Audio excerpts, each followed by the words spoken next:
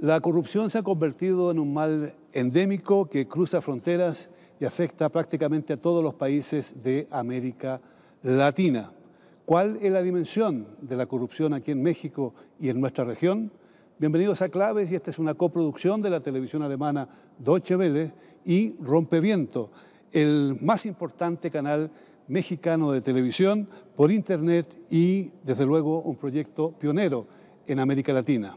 Mi nombre es Gonzalo Ernesto Cáceres y en la moderación me acompaña Ernesto Ledesma, director, periodista del canal Rompeviento.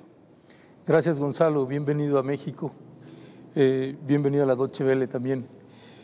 Y bienvenidos también a los invitados que tenemos para esta mesa que la llamamos Corrupción y Sistema Político en México y América Latina.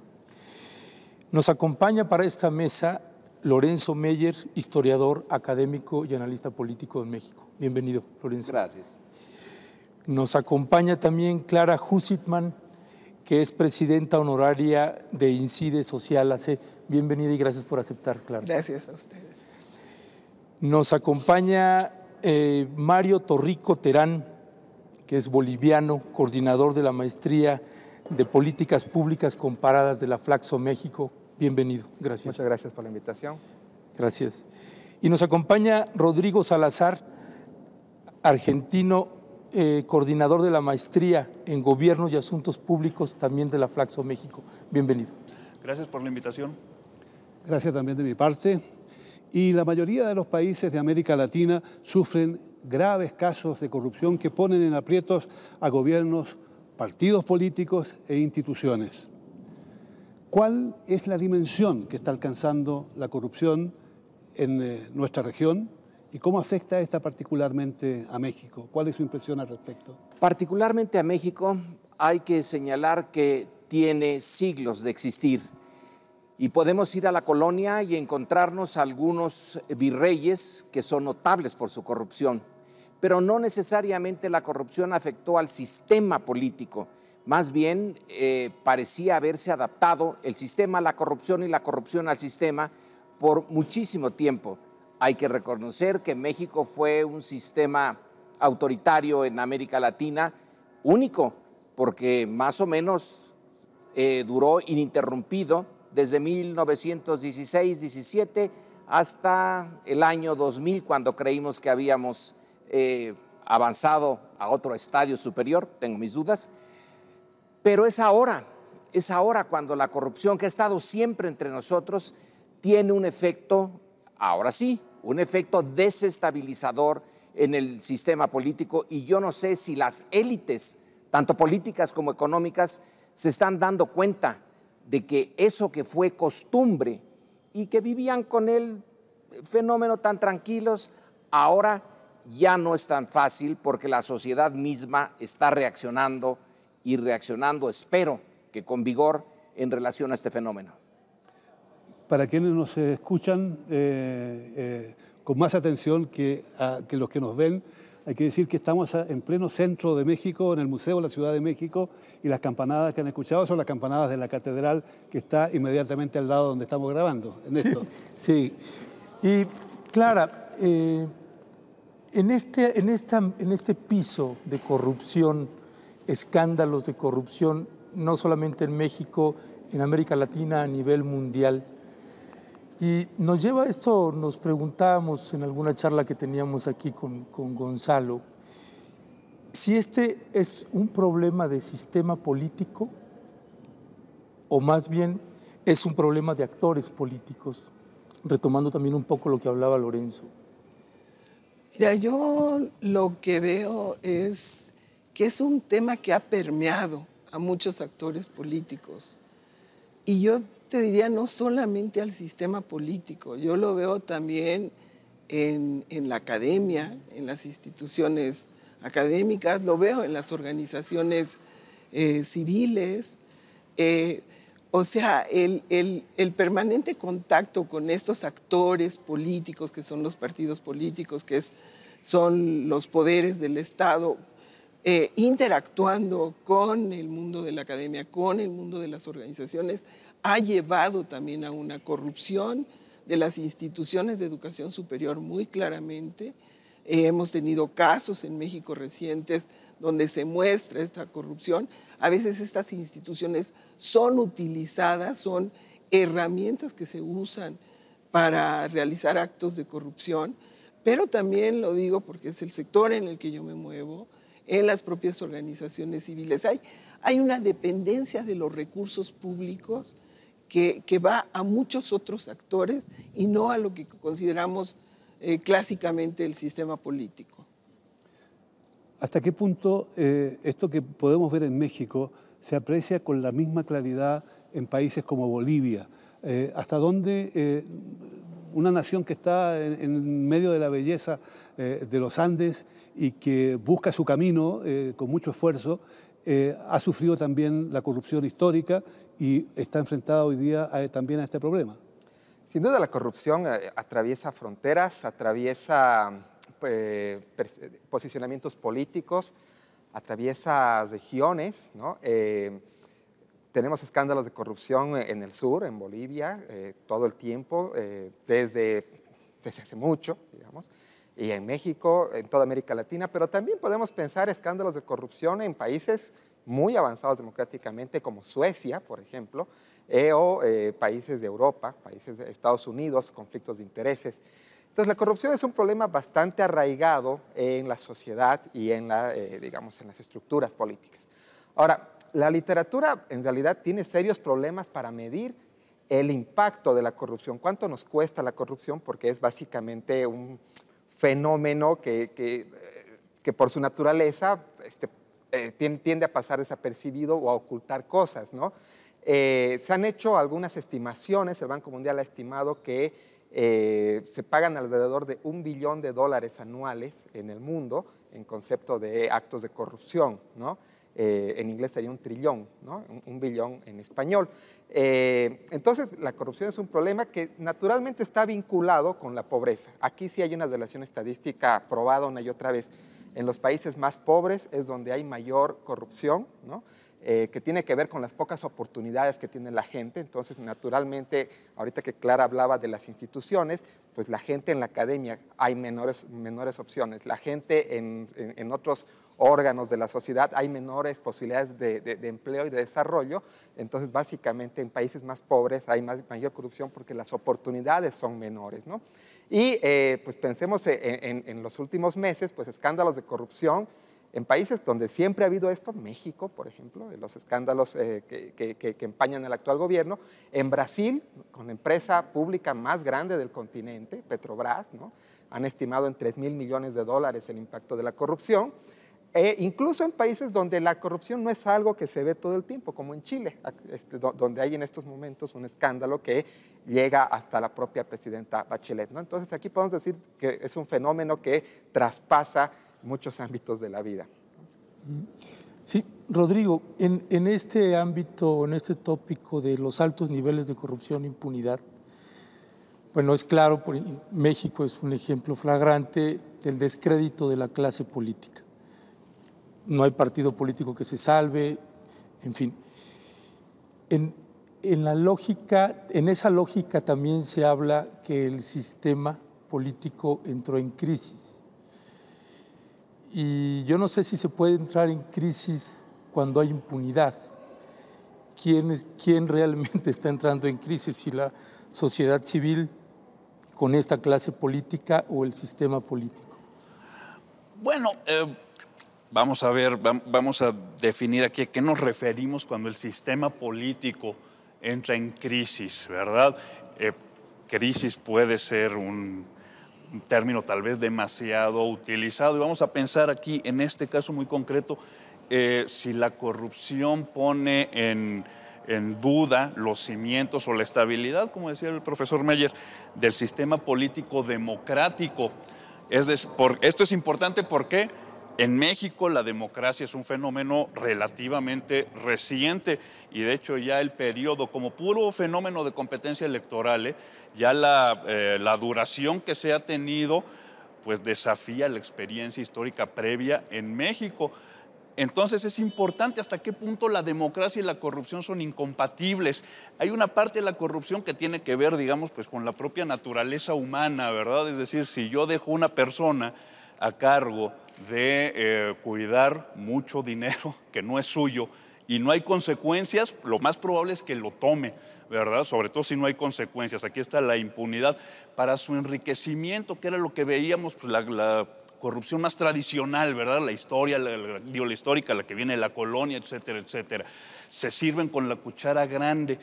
Y es también la que correspondía a nuestro pasado inmediato de régimen autoritario, ¿verdad? Dicen, ya llegué, este puesto es mío, ¿verdad? El patrimonialismo, el Estado es mío y me sirvo. Pero hay otra cuestión que es propia del sistema democrático y lo pudimos ver en Brasil en los últimos escándalos de corrupción, me refiero a Brasil porque fue un poco abierto, se ventiló mucho, ¿verdad? En los que participó, estuvo involucrado Cardoso, después Lula y ahora Rousseff.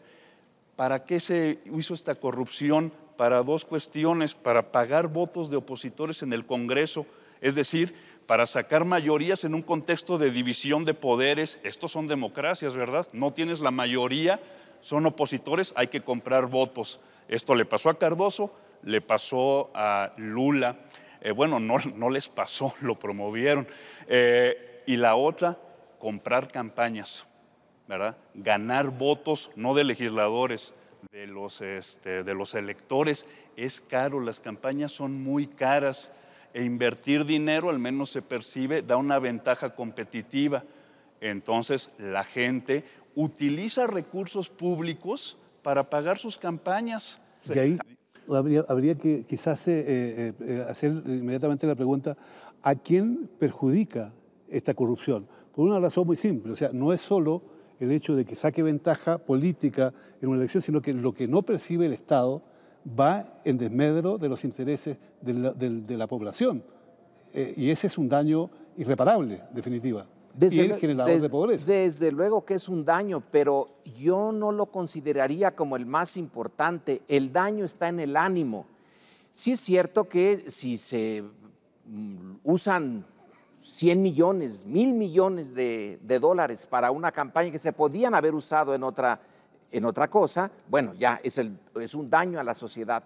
Pero además la percepción que la sociedad tiene sobre la estructura en la que vive, sobre su impotencia frente al mal uso que hace la autoridad o los que tienen la autoridad de estos recursos, es un daño moral que es más importante ese que el económico.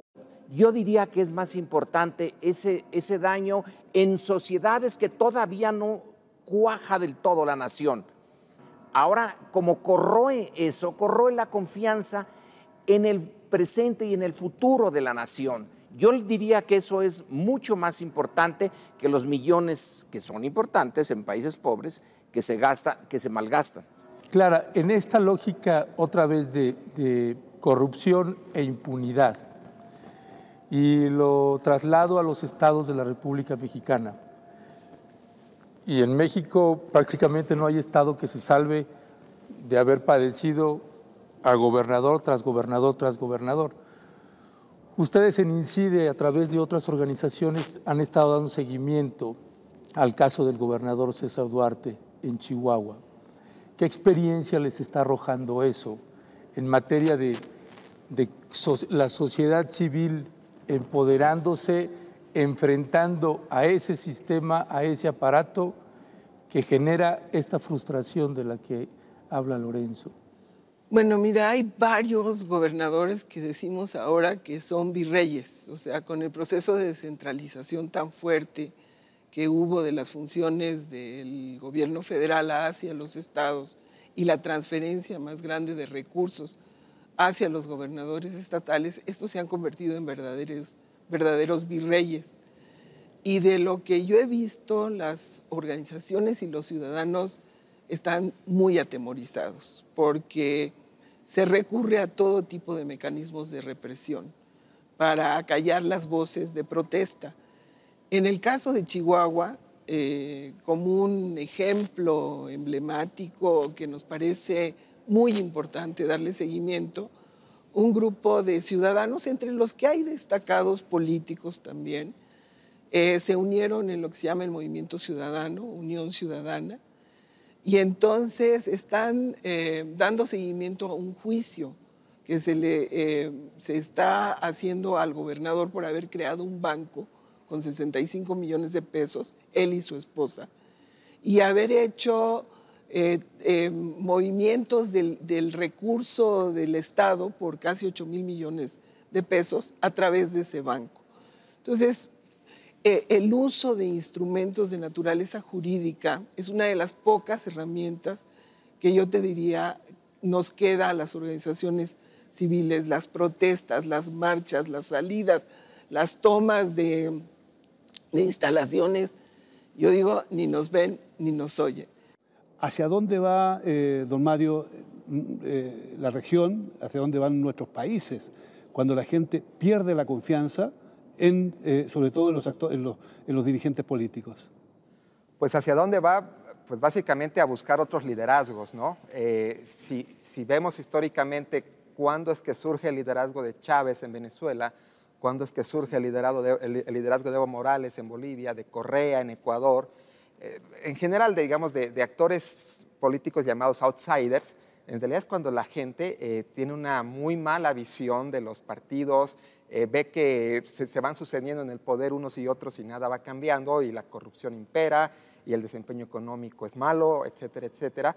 Y en ese momento, pues básicamente buscan un liderazgo alternativo. Esto está muy estudiado en la ciencia política. O sea, hay momentos donde ya la confianza en los partidos, en las instituciones, es tan baja que la sociedad empieza a buscar otros liderazgos, ¿no?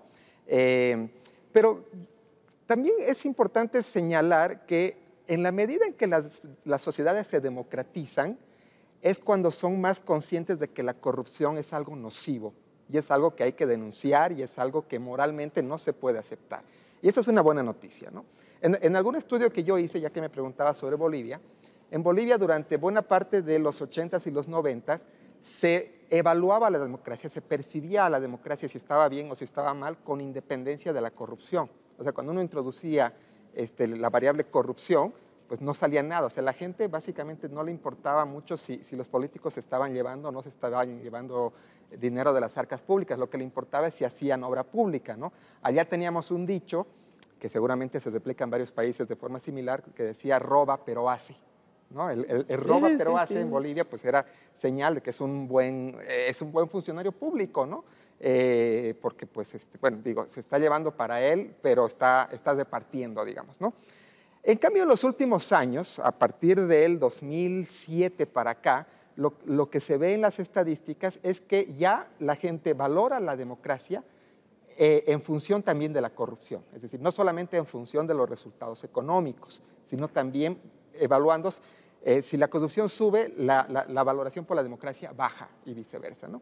Ahora, en este sentido, también hay muchos problemas de medición, porque no sabemos la magnitud de la corrupción. En particular, yo no sé si en este momento hay más corrupción en México o menos que en el pasado.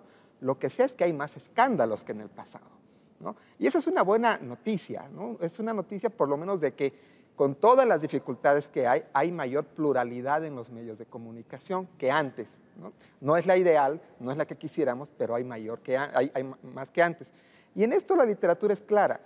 Un requisito para que la corrupción baje es la libertad en la prensa, la libertad en los medios de comunicación.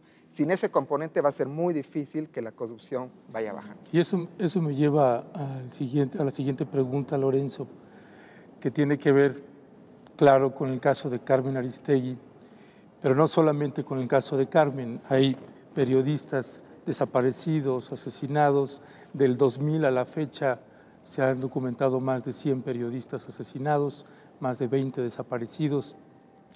En el periodo de Peña Nieto se han cerrado prácticamente las puertas a diversos periodistas críticos al sistema. En enero, el 27 de enero, se dio el carpetazo al caso Ayotzinapa con los escándalos de corrupción precisamente que había develado la periodista Carmen Aristegui. Con el caso de la Casa Blanca se nombró un nuevo secretario de la Función Pública, que sí, que eso es lo que generó para mucha gente, pero bueno, lo hacen. Se da un nombramiento a una nueva procuradora de la República, hermana de un alto directivo de Televisa, En fin, es no solamente asesinar al periodista, al mensajero, desaparecer al mensajero, sino también despedir al mensajero, a ese que nos lleva y nos manda una información. ¿Qué hacer como sociedad civil cuando el principal perpetrador de derechos humanos es la propia autoridad? Está complicado la respuesta, pero voy a dar nada más una parte de la respuesta, y esto tiene que ver con la Deutsche Welle y con la prensa extranjera. Cuando se cierran los canales independientes de información, cuando se cerraban en el pasado y estaba la Guerra Fría, no había mayor problema, porque había una coartada. La Guerra Fría, la lucha contra el comunismo, etcétera, es lo más importante. Y si un sistema autoritario está reprimiendo a la prensa, bueno, son pequeños problemillas. Ya se fue esa Guerra Fría. Ahora, si cierran en México esos canales que lo están cerrando, están también los canales internacionales, que esos no los puede cerrar. Antes sí se cerraban, porque había una especie de complicidad de las grandes potencias con lo que pasaba aquí, y todos tenían interés en que los canales se quedaran cerrados. Va a ser difícil mantener la apertura en México, lo cual nos muestra como indicador que no hay todavía una democracia en México, que es un régimen híbrido, un sistema político híbrido el que tenemos, parte democrático, parte, y cada vez más claro, autoritario. Pero entonces la prensa tiene que ser internacional o no cumple con su obligación. Uno de las informaciones sobre esta relación entre las casas, mansiones de los miembros del círculo interno de Peña Nieto y los contratistas del gobierno vino del Wall Street Journal, que en otras épocas no se hubiera atrevido a hacer esto por sus propios intereses de proteger a una clase política que le está dando todo, porque Peña Nieto está metido de lleno en la privatización, lo último que quedaba público privatizado.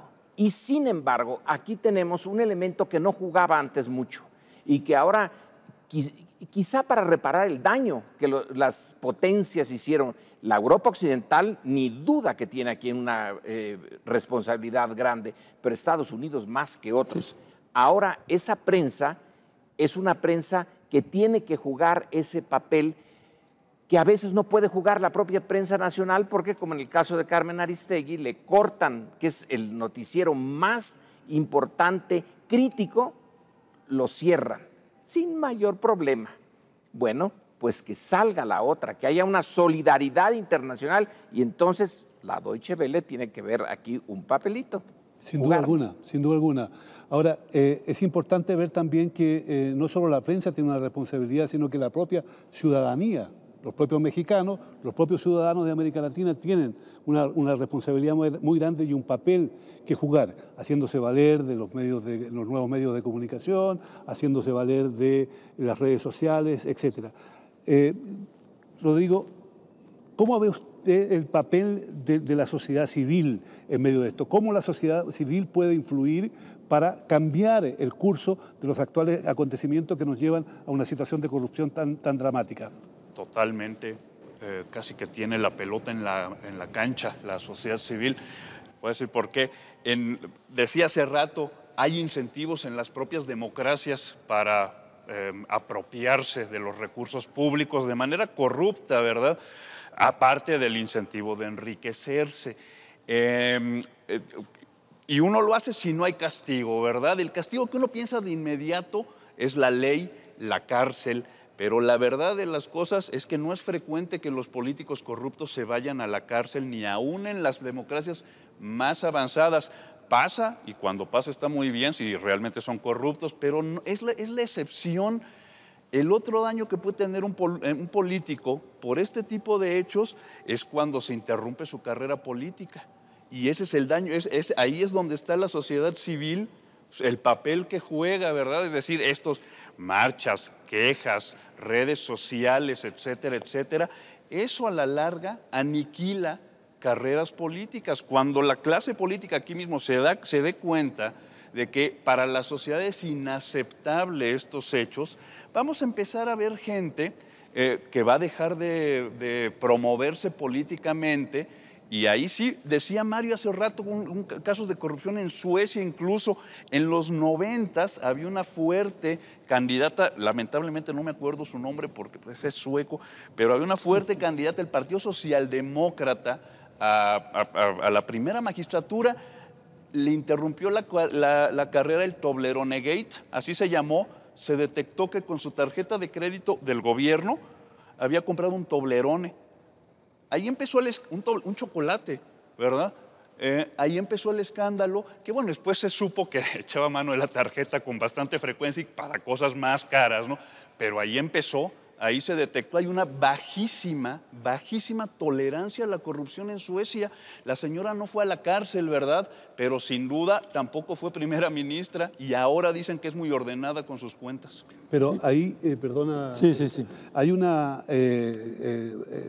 un asunto que preocupa a muchos movimientos políticos progresistas o que quieren cambio, y es que si esa situación continúa y la respuesta es sacar a los políticos corruptos y generalizar, porque 1, 2, 3 de un partido hicieron algo, es todo el partido corrupto, porque uno del gobierno hizo algo, es todo el gobierno corrupto. ¿No se cae ahí en la peligrosa vía de que lleguen los populistas al poder y que la situación se vuelva todavía peor? Nosotros recién terminamos una investigación sobre transparencia y rendición de cuentas de los partidos políticos mexicanos, de 7 que estaban vigentes en 2012. Y lo que encontramos es un desastre en el manejo de sus cuentas, un verdadero problema. No hay rendición de cuentas, sus portales de transparencia son muy malos. Era muy difícil revisar qué estaban haciendo con los recursos. Yo pienso que sí la gente puede castigar a los partidos políticos, pero en sociedades tan desiguales, la memoria de la gente de menores recursos es muy escasa.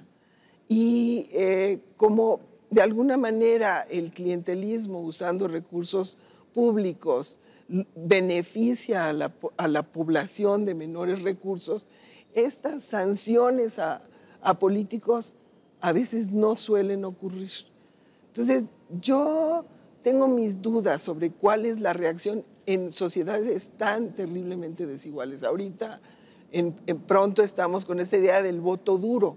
Es el voto clientelar, el voto que tiene comprados a partir de recursos públicos a una gran cantidad de gentes que ven en eso un momento de recepción de materiales, de comida, y que por eso yo creo que somos democracias muy pobres, democracias muy incipientes, porque es una democracia de ciertos estratos, pero la mayoría de la población no está en eso. Sí. Mario, esta democracia, ¿piensas que en los niveles de corrupción se agudizaron una vez que Felipe Calderón inicia una guerra contra el crimen organizado?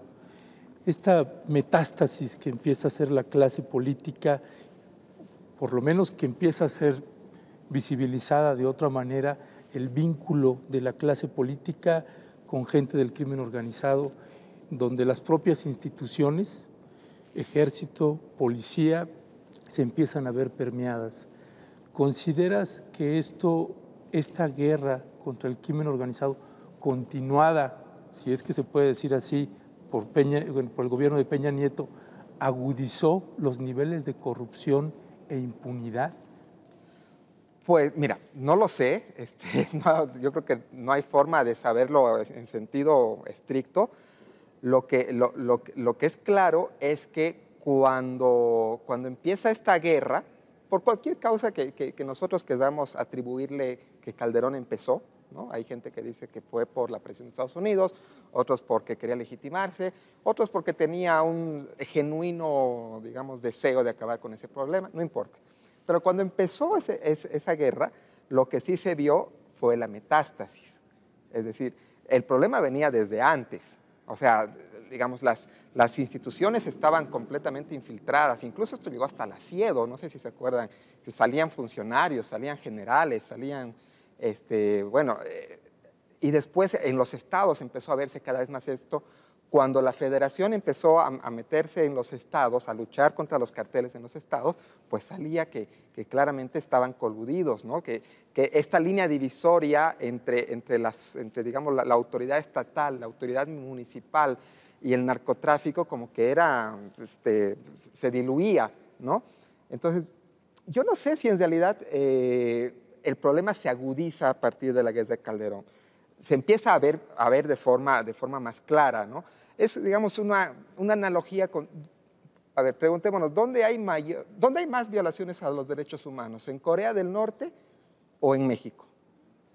¿No? En Corea del Norte, pero allá no se denuncia, ¿no? Y en México sí hay muchas, pero sí hay denuncia, ¿no? Entonces, también tiene que ver con eso. En el momento en que empezamos a ver, en que podemos ver un poquito, en que la federación se mete, en que también los medios de comunicación voltean a ver a los estados, voltean a ver a los municipios, pues se ve que en realidad hay una realidad muy dura, ¿no? Que la vida de la gente es muy complicada, que hay municipios enteros tomados por estas fuerzas. No sé si se acuerdan cuando atrapan al Chapo Guzmán, en varias ciudades de Sonora sale la gente en protestas para que lo liberen, porque él daba servicio social casi, ¿no?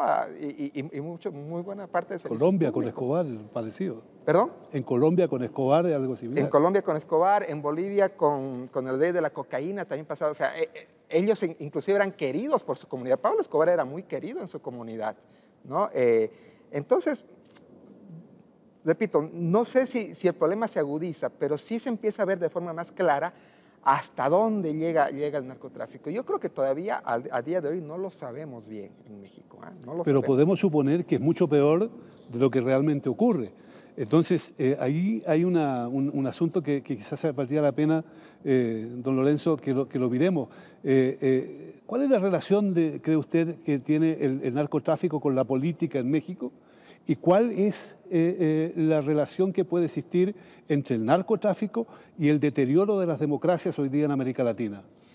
Voy a tomar una tesis de Luis Astorga. Es un catedrático de la UNAM, que es uno de nuestros expertos en el tema. Acaba de reeditarse su libro sobre la historia del narcotráfico en México, una historia de 100 años. Él tiene una hipótesis muy clara, muy sencilla. No es el narcotráfico el que infiltra al gobierno. El narcotráfico siempre ha estado dominado por la estructura gubernamental. Desde el día en que nació, a principiar el siglo XX, era la autoridad. En este caso pone el ejemplo de un gobernador, el coronel Cantú, en Baja California, cuando todavía ni siquiera era estado, sino era territorio, pero que colinda con Estados Unidos. Un mercado ahí muy interesante para las drogas prohibidas. La historia es muy complicada. Él todavía insiste en que ahora, cuando pareciera que Calderón está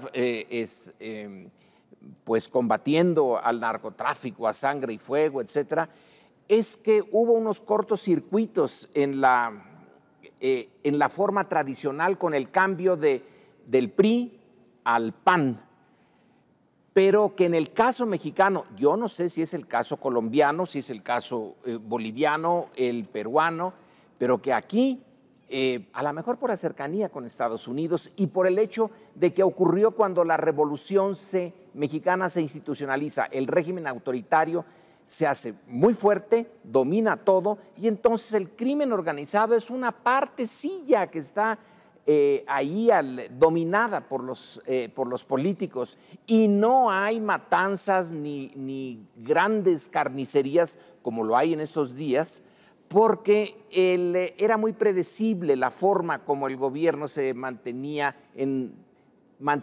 su dominio sobre los capos.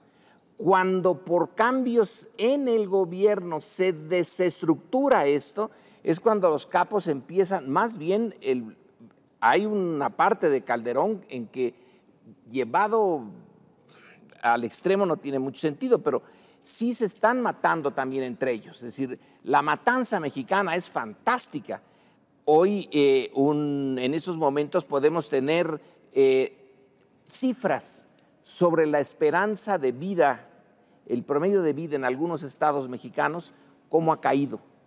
Pero dramáticamente, no puedo citar al colega porque él todavía no termina de escribir su artículo, pero dramáticamente, como pocas partes del mundo, en los estados muy localizado el tema del narcotráfico, pero es porque la mafia internacional capturó el gobierno o porque se le escapó al gobierno lo que estaba desde hace mucho tiempo bajo su dominio, y eso es lo que aflora la brutalidad, pero la relación corrupta está desde el principio.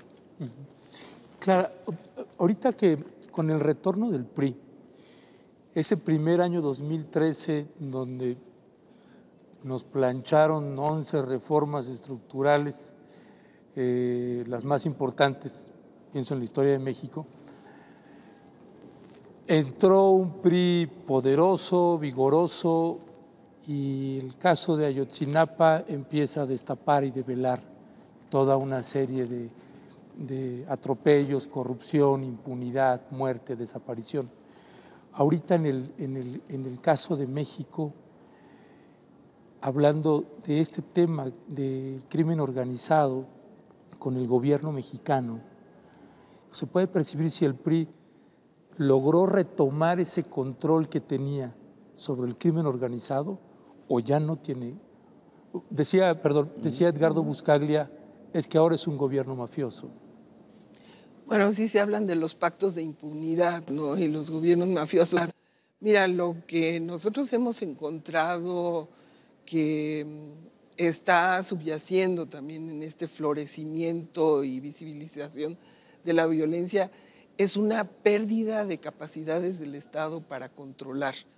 O sea, una de las causantes fundamentales del problema de la violencia es que el Estado perdió una serie de instrumentos, herramientas de control y de protección, digamos, de los ciudadanos.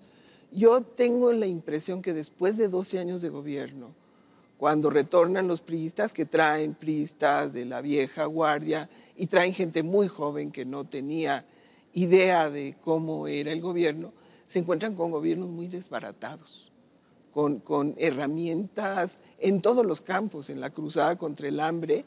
O sea, esa cruzada contra el hambre se está haciendo a partir de convenios, que es en donde entra la corrupción de sociedad civil, de instituciones académicas, de la prensa, porque hay una destrucción del Estado desde hace 30 años, sistemática, de herramientas, y tú ves un deterioro en la calidad de los servicios proporcionados por el Estado. Y yo digo intencional, porque es parte de la economía de mercado. Entonces ellos llegan y yo creo que se encuentran con un aparato sumamente debilitado de control. Y con esta transferencia también de muchos recursos hacia los gobiernos de los estados. Quiere decir entonces, Rodrigo, de que el sistema económico que tenemos hoy día en América Latina, heredero del neoliberalismo impuesto por las dictaduras militares, está hoy día cediendo más terreno del que cedieron los gobiernos dictatoriales, y ese terreno, si bien es cierto la tesis que nos plantea la señora Clara, es una perspectiva bastante peligrosa para la región. ¿Qué posibilidades tiene la ciudadanía de defenderse de esa crisis que puede venir si esto continúa desarrollándose de esa manera? Cuando el Estado se excede en la parte de la aplicación de las políticas que llamamos neoliberales, ¿no?, que es reducir gastos aquí y allá, pues sin duda alguna en algunos momentos se redujo en la aplicación del Estado de Derecho, ¿verdad? Es decir, la corrupción pues es un crimen, ¿verdad? Y una de las funciones del Estado es detectar y sancionar crímenes. Entonces, cuando el Estado se debilita en esa función de monitoreo y sanción de delitos, bueno, todos los ilícitos se fortalecen. Esto incluye, por supuesto, la penetración del crimen organizado, incluye pues, también la incapacidad de sancionar a sus propios funcionarios, ¿verdad? Este es un asunto real. Ahora, insisto, en lo que no es posible decir que es peor la situación bajo democracia que bajo dictaduras, por una sencilla razón: en las dictaduras la sociedad civil no tiene la capacidad de reaccionar. En las dictaduras, pienso en esto, en China.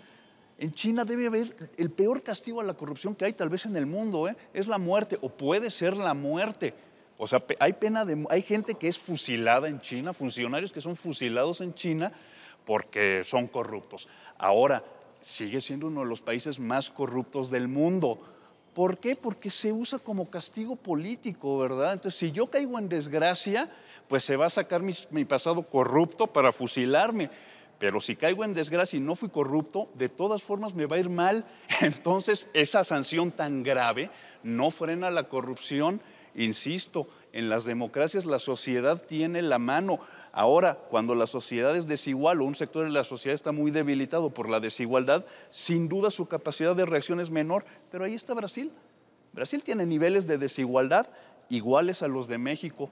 Y vemos a la señora Rousseff que le está pasando muy, muy, muy, muy mal, ¿verdad? Entonces digo, es verdad, sí está este problema de la desigualdad, pero hay ocasiones en que si tienes la pelota en tu cancha se puede reaccionar. Estamos llegando al final del programa y quizás deberíamos terminar diciendo lo siguiente. Un fantasma recorre el mundo, el fantasma de la corrupción. La mala noticia es que será muy difícil ponerle fin a menos que la sociedad civil y que todos nos organicemos para hacerle frente. Pero cuidado, las cosas no son fáciles ni se pueden hacer a la buena de Dios. Gracias por acompañarnos, gracias por estar con nosotros. Muchas gracias por haber venido. Gracias. Gracias a ustedes.